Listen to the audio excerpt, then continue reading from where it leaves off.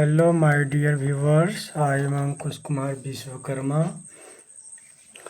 अंकुश IAS academy में आप सभी प्यारे साथियों का हार्दिक स्वागत है।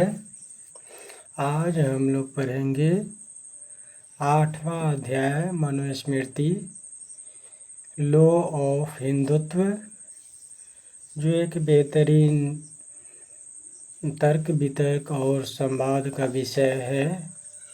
और यह जो लॉ है, व्यवस्था है, सनातन संस्कृति के जानने वाले विद्यार्थियों के लिए बहुत ही बेहतरीन है।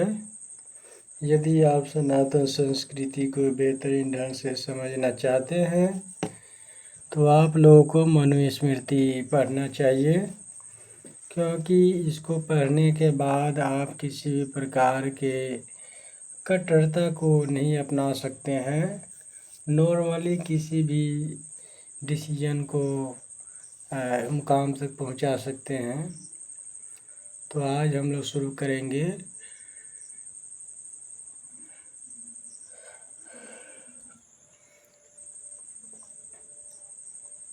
ओम श्री हरि मनुस्मृति अथ अष्टमो अध्याय 8वां अध्याय व्यवहारेण विवाद आदि। राजा को विद्वान ब्राह्मण और राजनीति चतुर मंत्रियों के साथ वादी और प्रतिवादियों के विचारार्थ नम्रता से राज सभा में प्रवेश करना चाहिए। वहां जाकर दाहिना हाथ उठाकर बैठकर या खड़े ही काम वालों के कार्यों को देखें और वंश जाति आदि देश व्यापार और शास्त्रोक्त साक्षी शपथ आदि के अनुसार 18 प्रकार के विवाद झगड़ों का अलग अलग विचार फैसला करे। उन 18 विवादों के नाम इस प्रकार है: ऋण लेकर न देना, धरोहर दूसरे की वस्तु को बेचना, साझे का व्यापार, दान दिया हुआ लौटा देना, नौकरी न देना, प्रतिज्ञा भंग करना, खरीद बेच का झगड़ा, पशु स्वामी और चरवाहे का झगड़ा, सीमा की लड़ाई, बड़ी बात कहना, मारपीट, चोरी, अत्याचार पर स्त्री का हरण, स्त्री और पुरुष के धर्म की व्यवस्था, जुआखोरी, जानवरों की लड़ाई में हार जीत, दाव का दाव करना है। इस संसार में ये 18 दावा होने के कारण है।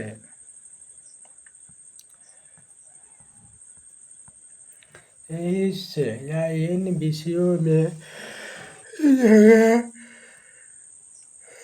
कहने वालों का फैसला राजा को सनातन धर्म के अनुसार करना चाहिए। जब स्वयं किसी कारणवश काम न देख सके तो विद्वान ब्राह्मण को सौंप दे। उस ब्राह्मण को 3 सभासदों के साथ सभा में बैठकर या खड़े होकर ही राजा के खास कामों को देखना चाहिए।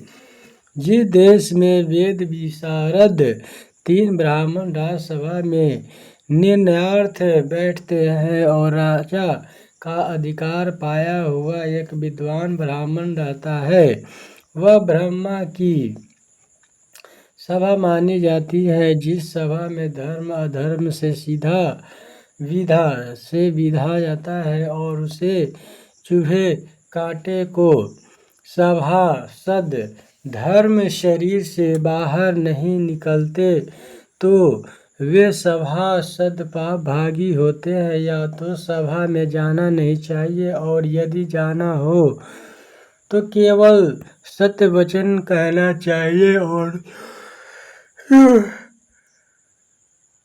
जो जान कर भी कुछ न कहे या झूठ कहे तो वह पातकी होता है। जिस सभा में अधर्म से धर्म और सत्य से सत्य की हत्या होती है, उस सभा के सभासद नष्ट हो जाते हैं।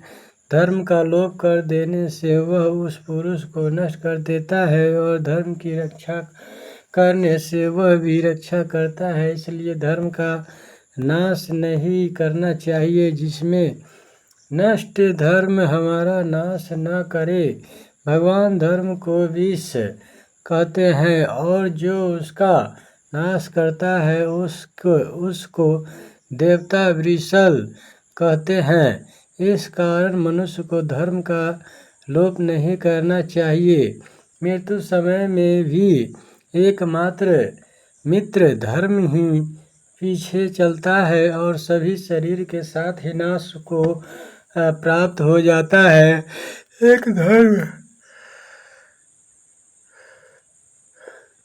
एक धर्म ही मित्र है जो मरने पर भी साथ चलता है। अन्य सभी शरीर के साथ ही नाश को प्राप्त हो जाता है। न्याय करते समय उसका 1/4 अधर्म, अन्याय करने वाले को 1/4, झूठे गवाह को 1/4 सभासद और 1/4 राजा को अधर्म लगता है। जिस सभा में अन्यायी पुरुष की ठीक ठीक निंदा की जाती है, वहाँ राजा और सभासद दोष से झूठ जाते हैं और उस अधर्मी को ही पाप लगता है जिसकी जाति मात्र से जीविका है। कुछ विद्या योग्यता से नहीं चाहे न्यायकर्ता नियुक्त किया जाए, पर शूद्र को कभी जिस राजा का न्यायाधीश शूद्र होता है, उसका राज्य कीचड़ में गौ की भांति फंसकर पीड़ा पाता है। जिस राज्य में शूद्र और नास्तिक अधिक हो, द्विज न हो, वह संपूर्ण राज्य दुर्भिक्ष और व्याधि से पीड़ित होकर शीघ्र ही नष्ट हो जाता है। राजा न्यायासन पर राज्य वस्त्र इत्यादि पहन कर बैठना चाहिए और 8 लोकपालों को प्रणाम करके सावधानी से विचार कार्य का आरंभ करना चाहिए। प्रजा की लाभ और हानि को, धर्म और अधर्म को सोचकर वादियों के दावों को ब्राह्मणादि वर्ण के क्रम से देखना शुरू करना चाहिए। मनुष्य के बाहरी लक्षण, स्वर, शरीर का वर्ण, नीचे ऊपर देखना, आकार, रोमांच होना आदि, आँख, हाथ पैर की चेष्टा वगैरह से भीतरी हाल पहचानना, आकार, नीचे ऊपर देखना, गति, चेष्टा, बोली, आँख, मुंह के विकार से मन का भाव जाना जाता है। बालक के दाएं भाग का द्रव्य तब तक राजा के अधीन में रहे जब तक वह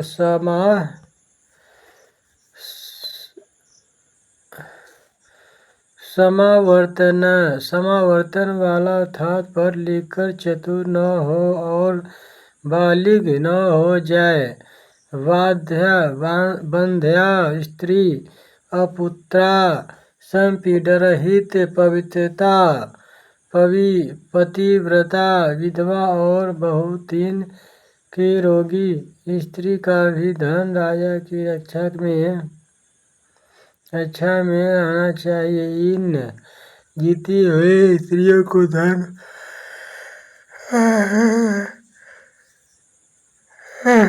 तो उनको चोर के समान दंड देना चाहिए। जिसका स्वामी का ना पता हो, उस लावारिस धन को राजा को 3 साल तक रखना चाहिए। उसके भीतर यदि उसका स्वामी आ जाए तो उसे ले जाए, अन्यथा वह राजा को ही हो जाता है।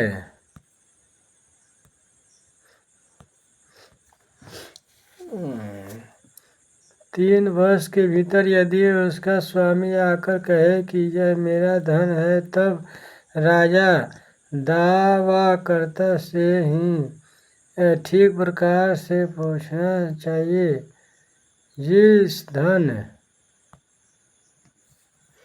नमस्कार प्यारे साथियों, आज हम लोग इतने पर स्टॉप करते हैं, फिर अगले क्लास में पढ़ेंगे। तो ये ध्यान रखें, 3 से 292 तक हो गया है।